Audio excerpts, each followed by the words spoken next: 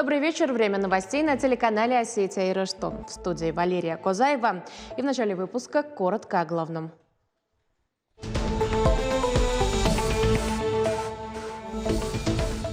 Зимой тепло у вас? Очень тепло зимой у нас там. Отопление у вас сейчас? Хорошее отопление. Развитие предприятий, строительство современных социальных и культурных объектов. Сегодня правобережный район активно развивается. Конечно, есть и проблемы. С рабочим визитом там побывал Таймураз Тускаев. Вплоть до офисных работников все вышли на линию, помогали. Перебои с вывозом мусора накануне возникли во Владикавказе. Все случилось из-за проверок сотрудников регоператора. Вернулись ли экипажи на маршруты и стоит ли опасаться очередного сбоя, узнавала наша съемочная группа. Именно на наши два университета возложена святая миссия по пропаганде, развитию, популяризации астильского языка, астильской истории, астильской культуры. Красивая соната о любви и ценности семьи в жизни каждого человека. На сцене СОГУ студенты Южно-Осетинского государственного университета представили спектакль «Городские женихи». Подробнее о визите делегации расскажем в выпуске.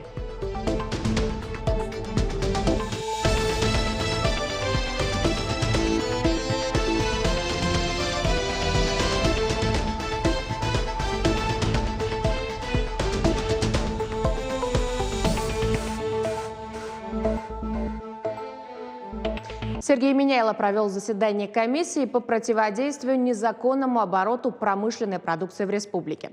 Специалисты Роспотребнадзора проводят мониторинг поставок продукции животного происхождения в социальные учреждения.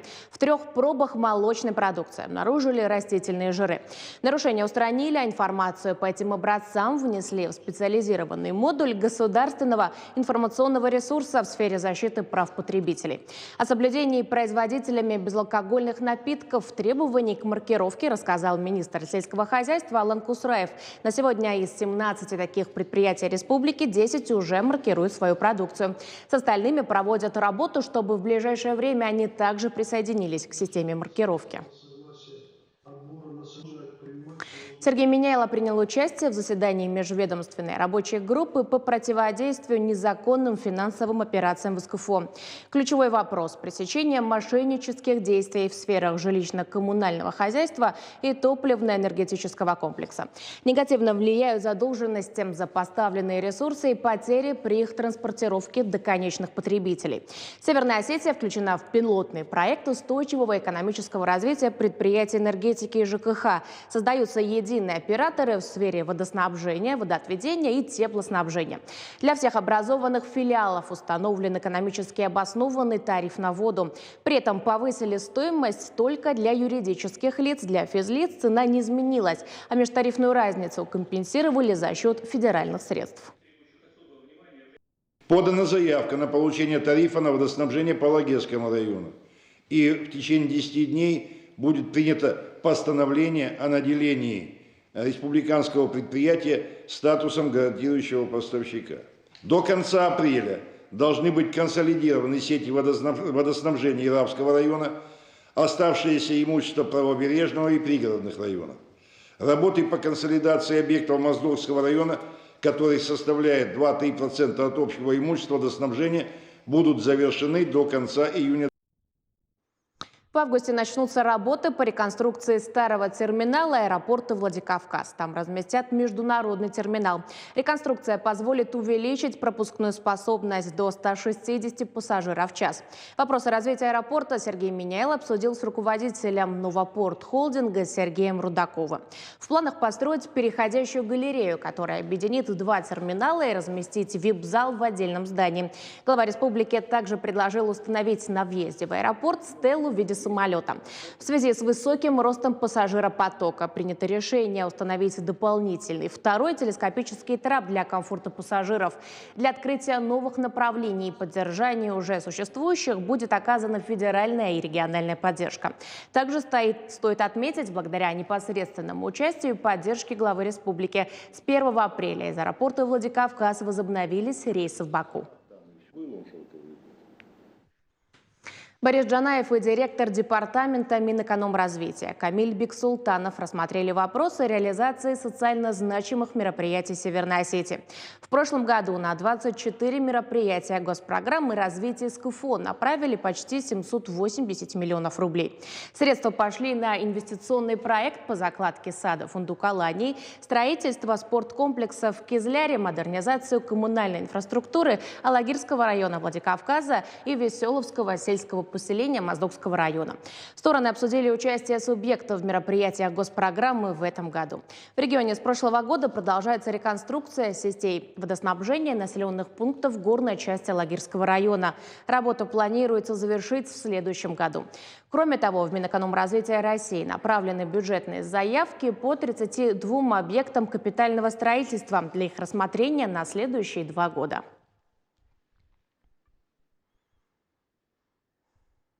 Около 200 тонн в сутки рыбных кормов и до 300 тонн комбикормов для домашних животных. Такие внушительные результаты показывает предприятие в Беслане. Сегодня его посетил Теймураз Тускаев. Вообще вся поездка в правобережный район была плодотворной. Председатель парламента встретился с местными предпринимателями, осмотрел важные социальные и культурные объекты. Обо всем по порядку. Лидия Цахилова. Школу в селении Цалык построили 3 года назад на месте старой. Современные оборудованные классы, из них 3 отведены для центра «Точка роста». Столовая с разнообразным меню, спортзал, где проходят занятия по строевой подготовке. Собрать и разобрать автомат, отчеканить строевой шаг. Кадетский класс открыли 3 года назад. Теймураз Тускаев пообщался с ребятами. Видно ответственные отношения. Вот. Вам самим нравится заниматься в кадетском классе? Да.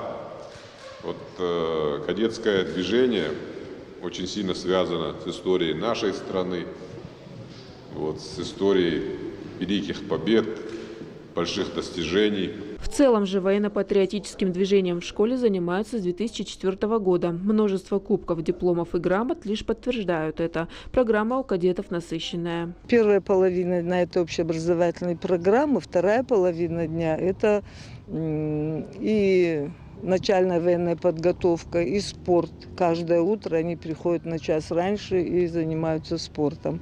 Кроме того, у них осетинский танец, бальный танец, пение, уроки музыки, час музыки по 1 часу еженедельно.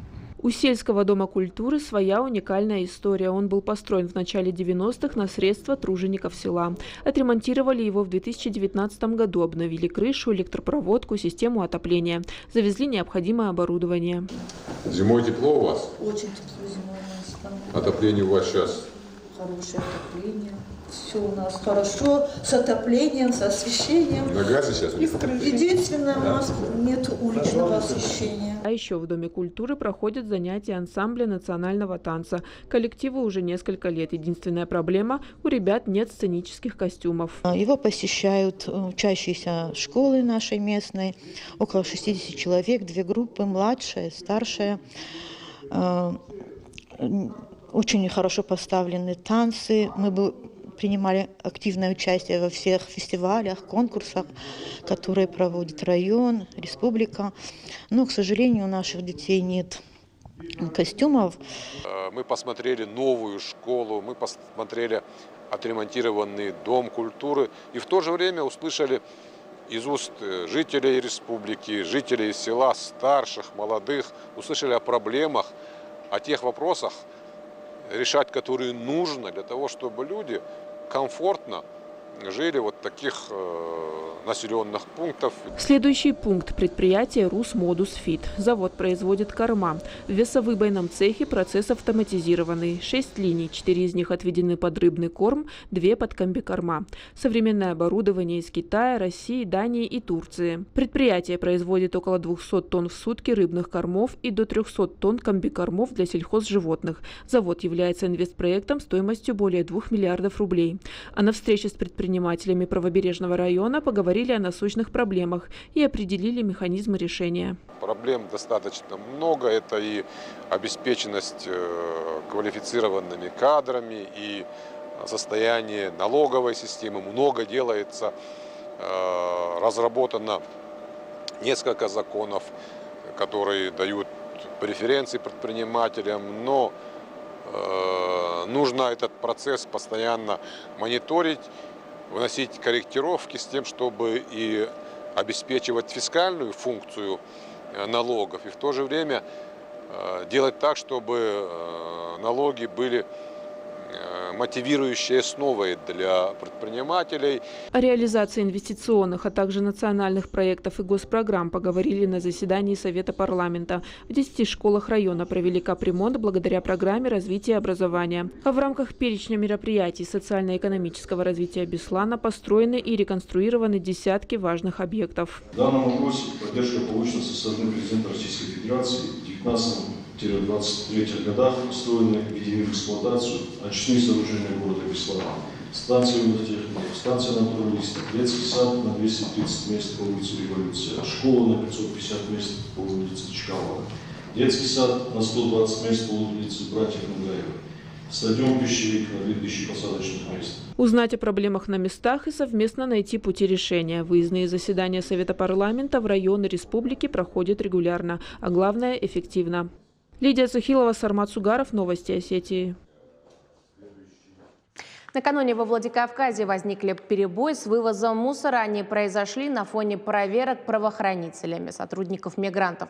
Из 42 единиц спецтехники работало всего 12. Во многих частях города скопился мусор. Расчищать Владикавказ всю ночь помогали даже офисные сотрудники регоператора. А уже утром все экипажи вышли на маршруты. Как отметил начальник экологического контроля, убрали уже 80%. Вывозить бытовые отходы будут до позднего вечера. Вчера, вплоть до офисных работников, все вышли на линию и помогали друг другу. Были проблемы, конечно, но сегодня мы все решим и сделаем. 5 тонн питьевой воды отправили в зону спецоперации из Северной Осетии. Передать такой ценный груз на передовую заявил желание Георгий Засеев. Молодой предприниматель оказывает помощь нашим военнослужащим уже не первый раз. Воду на передовую доставят активисты Народного фронта в рамках проекта «Все для победы». По их словам, бойцам особенно приятно бывает получать нашу осетинскую воду. В рамках проекта «Народный фронт. Все для победы» предприниматель республики Георгий Засеев оказал помощь. Сегодня мы отправляем 5 тонн воды на передовую. Это очень важно, потому что нашим ребятам, кроме фактической помощи, которую мы оказываем, нужно чувствовать поддержку жителей, поддержку своей большой страны.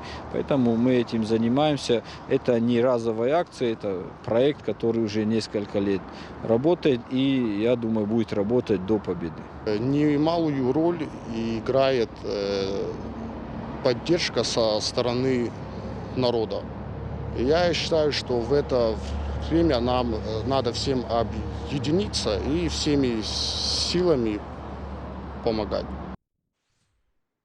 В стране стартовала неделя семейных МФЦ. Для родителей и детей это хорошая возможность проработать волнующие вопросы и проблемы, по-новому взглянуть на отношения внутри семьи. Для того, чтобы мероприятия были максимально продуктивными в нашей республике, подготовили обширную программу. Это работа с психологами, профилактические встречи с квалифицированными врачами, мастер-классы и консультации от Минздрава и Комитета республики по занятости населения. Подробнее о планах на 7 дней Лидия Цухилова. Эта вещь может поломать любого человека с сильной волей, со слабой тем более, спортсмена хорошего. Как этого избежать? Не пробовать. О вреде психоактивных веществ и профилактике наркомании ребятам и родителям рассказывает главный врач республиканского наркодиспансера. Встреча проходит в семейном МФЦ, куда пригласили воспитанников реабилитационного центра «Доброе сердце» и Центра содействия семейному воспитанию «Хуры-Тын». Лекция – часть насыщенной программы. В республике проходит неделя семейных МФЦ. Каждый день у нас мероприятия, которые проходят на площадке нашего центра. Максимально охвачены все возможные вопросы, касаемые социальной сферы. То есть это и комплексные центры, и управление соцзащиты, и пенсионный фонд, и юрбюро также консультирует наших всех граждан, наши все соцпедагоги, психологи, все задействованы в консультациях, в общении и в оказании максимальной помощи и содействия нашим гражданам. Неделя началась с Дня открытых дверей. Граждан ознакомились с работой семейного МФЦ, рассказали о предоставляемых услугах. Впереди мастер-классы и консультации от Минздрава и Комитета Республики по занятости населения. Будет и презентация, и мастер-класс по написанию резюме. И в субботу у нас будет, значит, мероприятие на площадке нашего женского клуба, тоже я анонсирую. И тематика тоже очень острая и социально очень значимая. Это профилактика внутрисемейных взаимоотношений между детками и их родителями. То есть это конфликты, если они происходят, то есть их нужно проработать, и максимально, значит, наши психологи, то есть объясняют и разговаривают и с детьми, и с родителями. Еще одно важное мероприятие – круглый стол с министром труда и социального развития Алиной Айдаровой. Многодетные родители, граждане в сложной жизненной ситуации, родные участников СВО задавали свои вопросы. Собравшимся рассказали о возможностях семейного МФЦ, где посодействуют в решении проблем. Основные принципы – это доступность, качество, своевременность и результативность в работе нашего семейного МФЦ. Могу сказать, что учреждение работает в тесной связи с другими органами государственной власти, с организациями, которые, по сути, призваны решать различные проблемы, вопросы семей с детьми. Это могут быть вопросы различного же характера. Вот сегодня вы слышали, кто-то озвучил и жилищную проблему, кто-то озвучил уход за детьми с ограниченными возможностями здоровья. К слову, летом в городе появится еще одно отделение семейного МФЦ на базе комплексного центра промышленного района. Такие же появятся и в районах республики. Вопрос прорабатывается по поручению главы Сергея Миняйла. Лидия Цахилова, Алан Суанов, Новости Осетии. Всероссийская ярмарка трудоустройства состоится 12 апреля во Владикавказе, Доне и Моздоке. Быстрый подбор работы, помощь в планировании карьеры и многое другое откроют для себя участники. Потенциальные сотрудники смогут познакомиться с работодателями, повысить свои профессиональные навыки, пройти переобучение по востребованному направлению. А еще узнать о поддержке государства при трудоустройстве или переезде в другой регион. Также привлекут экспертов, которые помогут выпускникам и студентам наметить перспективные отрасли для выбора профессий. 11 апреля в 6 районах республики проведут профориентационные встречи. Это возможность связать спрос и предложение. Будут представлены на всех 3 площадках суммарно около 60 работодателей. Будут представлены самые востребованные вакансии, которые у них есть. И это будет возможность для населения, абсолютно для всех, без ограничения, для всех, кто ищет работу, прийти, пообщаться напрямую с работодателем и найти ту профессию, которую человек ищет и хочет. Не только братские, но и творческие узы, которые с каждым годом становятся все крепче. Делегация Юго-Осетинского университета во главе с ректором Вадимом Тидеевым прибыла во Владикавказ. На сцене СУГУ молодые таланты показали яркий поучительный спектакль «Городские женихи». Его, кстати, наша республика встретила с восторгом. Обсудили дальнейшие планы сотрудничества и возможность создавать большое искусство вместе. Алена Агаева подробнее.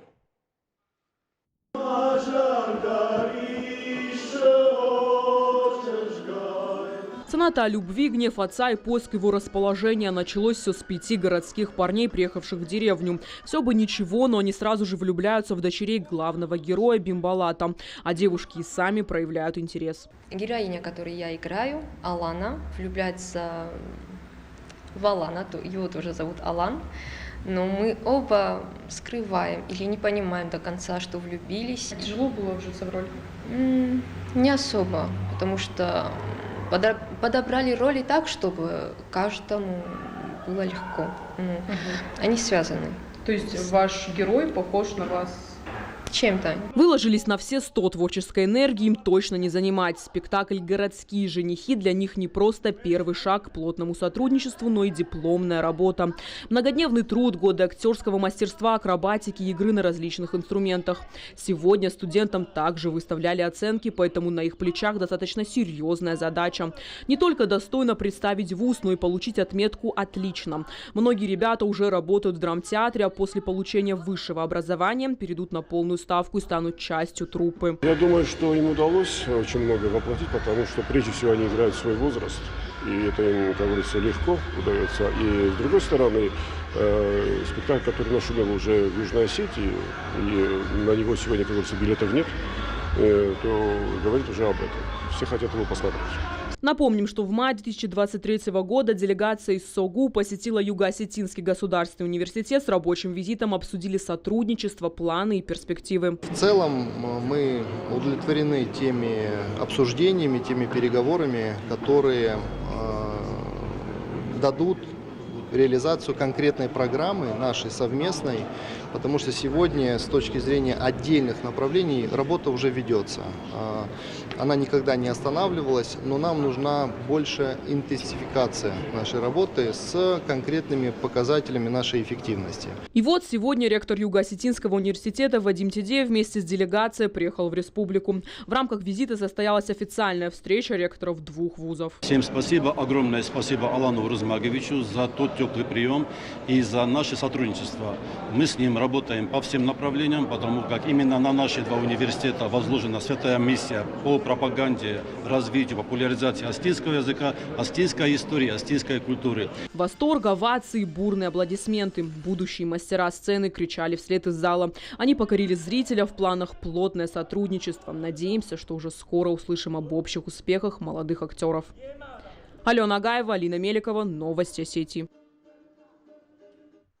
Тот случай, когда знания удачно применить на практике, получилось еще во время учебы.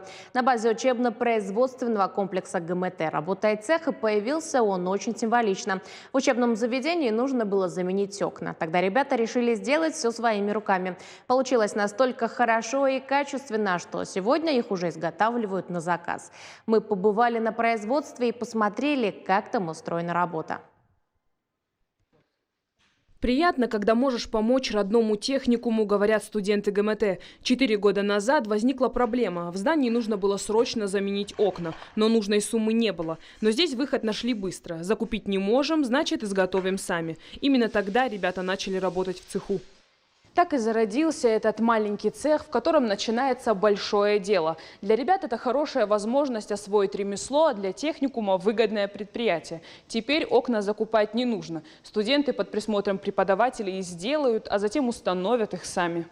Процесс изготовления имеет несколько этапов. Сначала разрезают профиль, проще говоря, оконную раму. Размеры определяют, исходя из заказа. Потом вставляют в них металл и спаивают между собой. После делают импост, то есть перегородку.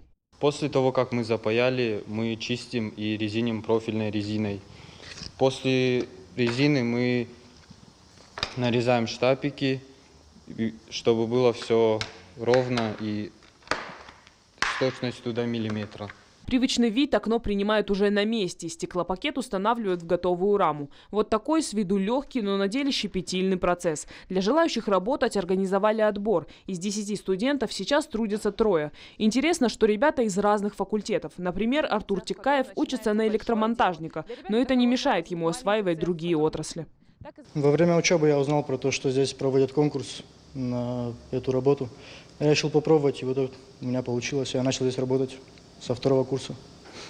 А можешь рассказать, какие возможности для тебя работа здесь открывает? Дополнительный вариант пойти на какую-нибудь работу насчет установки окон или насчет того, чтобы делать их. Изготавливают окна и на заказ. В месяц делают минимум 500 квадратов, рассказывает начальник производственного цеха Юрий Качмазов. Дальше планируют расширяться, привлекать больше студентов. Но пока справляются и маленькой командой. Главное – правильно ставить цели и распределять обязанности. Бывает в месяц 1 раз заказ другим тоже учреждениям. У нас в первую очередь стоит задача поменять все наши окна старые, а потом уже будем расширяться и тем самым пополнять свой бюджет. Такие возможности у ребят есть благодаря учебно-производственному комплексу ГМТ. В него входят еще несколько отраслей, в том числе столярный и автомобильный. Тамила Кцоева, Диана Каболоти. Новости Осетии. В Октябрьском провели пожарно-тактические учения на базе спортивно-оздоровительного комплекса. Особое внимание уделялось действиям по эвакуации посетителей объекта. Цель учения – отработка действий подразделений по тушению пожара на объекте с массовым пребыванием людей. Выяснение степени готовности руководства и работников объекта к действиям при возгорании в здании. По замыслу учений пожар возник на 2-м этаже. Огонь распространился на соседние помещения. Первыми к работе приступили звенья газодымозащитной службы. Они провели поиск возможных пострадавших, а также разведку очага возгорания.